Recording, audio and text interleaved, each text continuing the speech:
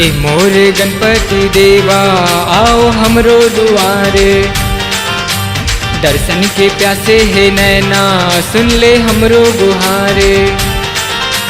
ए मोरे गणपति देवा आओ हमरो दुआरे, दर्शन के प्यासे है नैना सुन ले हमरो गुहारे।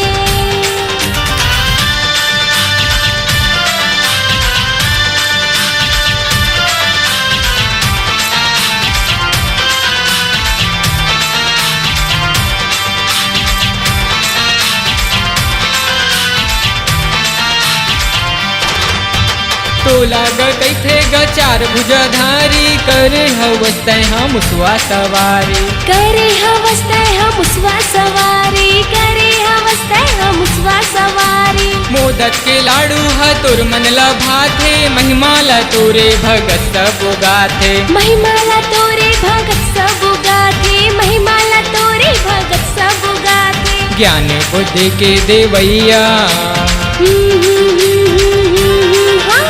ज्ञान बुद्धि के देवैया नैया पार लगा दे। दर्शन के प्यासे है नैना सुन ले हमरो गुहारे।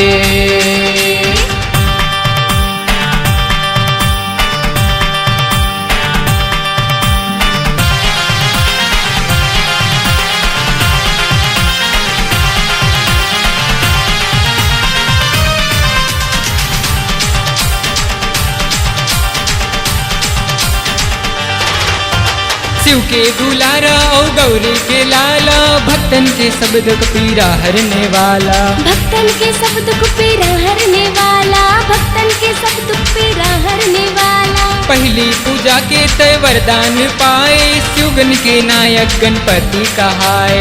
शिवगन के नायक गणपति कहाए, शिवगन के नायक गणपति कहाए। औकत का देरी लगावे,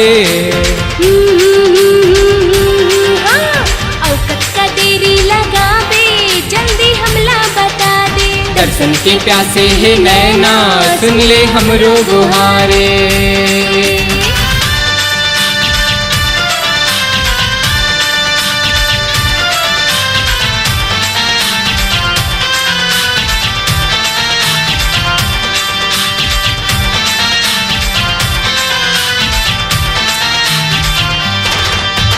भादव के महीना चतुर्थी मना थे, घर घर पारा माँ टोला बैठा थे। घर घर पारा माँ टोला बैठा थे, घर घर पारा माँ टोला बैठा थे। 11 दिन के तोरे सेवाला करते, मन के मनौतीला सब छन पाथे। मन के मनौतीला सब छन पाथे, मन के मनौतीला सब छन पाथे। संजय के बोली माँ देवा,